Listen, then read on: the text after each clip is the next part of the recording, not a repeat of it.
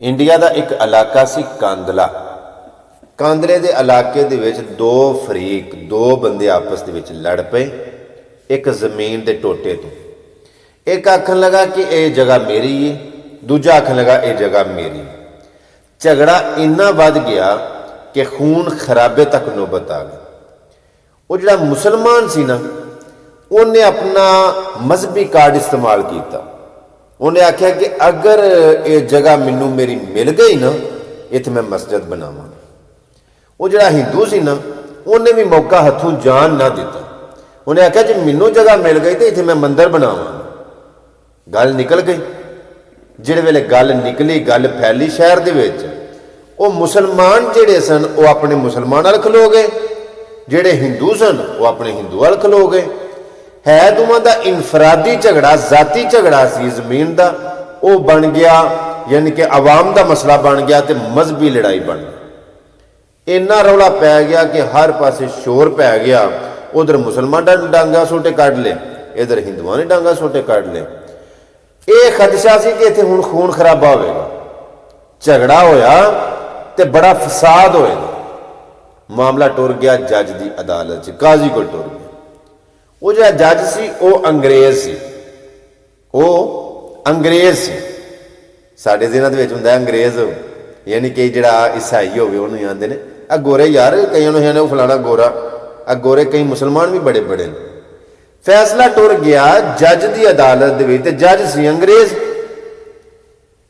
जिहड़े वेले उत्थे सारी पब्लिक इकट्ठी हो गई, मुसलमान आखन जगह साडी है, हिंदू आखन जगह साडी है।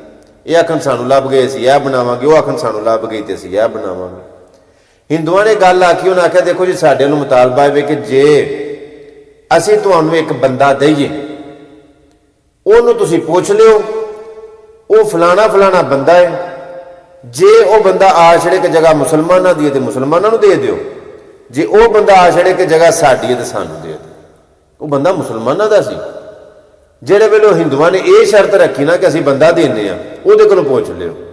इस गल दे उत्ते हिंदू भी मुतफिक हो गए ते मुसलमान भी मुतफिक हो गए। जी ठीक है, वह बंदा जिवें आ छड़ेगा, जे वह आखेगा मुसलमानां दी है तो मुसलमानां नूं लभ जाएगी, जे वह आखेगा हिंदुआं दी है तो हिंदुआं नूं लभ जाएगी। जज आख्या वो बंदे ते तुसीं सारे मुतफिक हो? आखन लगे जी असीं उस बंदे ते मुतफिक, दोवें पार्टियां मुतफिक हो उस बंदे ते। जज ने तारीख दे दी, टाइम दे दिता कि फलाने दिन इकट्ठे हो जाए। सारी पब्लिक, सारी आवाम जिहड़ी है वो इकट्ठी हो गई उस तारीख के उत्ते।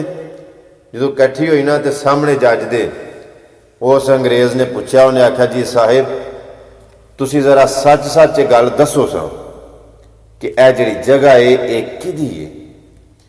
वो आखन लगे, वो बोल के ना मुस्कुरा के तो आखन लगे ये जगह उस हिंदू दी। वो जज ने जो सुनिया ना कि एक मुसलमान बंदा जिहड़ा वे मुसलमानों का पक्ष मारन की बजाय सच गल कर गया ते आंदा जगह हिंदू दी है। वो जो उन्हें गल सुनी जज ने तो उन्हें आख्या गल सुनो, वो जिहड़ी जगह, जज आखन लगा कि जिहड़ी जगह हिंदू दी है क्या उत्थे वो मंदिर बना सकदा? वो आखन लगे जी जो मर्जी बनावे, तो उसकी मलकीयत है, वो जो मर्जी बनाए, घर बनाए, कोठा बनाए, मंदिर बनाए, कुछ भी बनाए, वो मलकीयत है, कोई इतराज नहीं किसी को होना चाहिए। जिहड़े वेले गल सुनी ना तो मुसलमानों के मूँह लग गए। उन्हें आख्या साडा मुसलमान हो के ते पक्ष दूजिया का मार गया। उन्हें बांह कढ़ के उन्हें आख्या गल सुनो दुनिया वालिओ, मैं पक्ष नहीं किसी का मारिया, मैं हक की गल की ते सच की गल की है। जो भी सच की गल करिए तो तुसीं गुस्से क्यों हो जाते हो? भावें अपने हो भावें बेगाने हो, तुहाडे मूँह क्यों ना नुक जाते हैं? ये गल बड़ा पॉइंट, बड़ा नुकता है।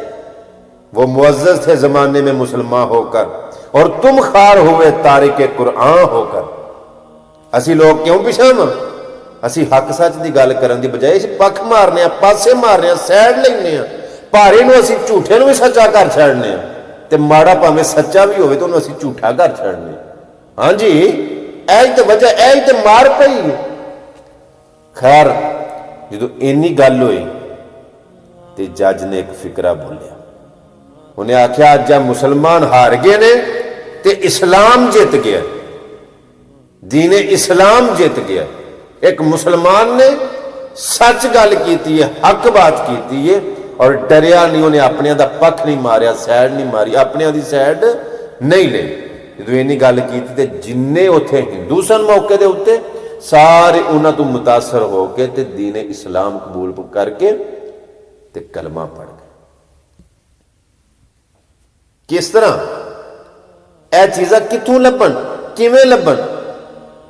यार सिर्फ और सिर्फ वाज़ां दे नाल, नसीहतां दे नाल या लम्मियां लम्मियां तकरीरां दे नाल इन्हां नाल काम नहीं चलता, कुछ करके वहाना पैंदा। अमल से जिंदगी बनती है, जन्नत भी जहन्नम भी। यह खाकी अपनी फितरत से ना नूरी है ना नारी है।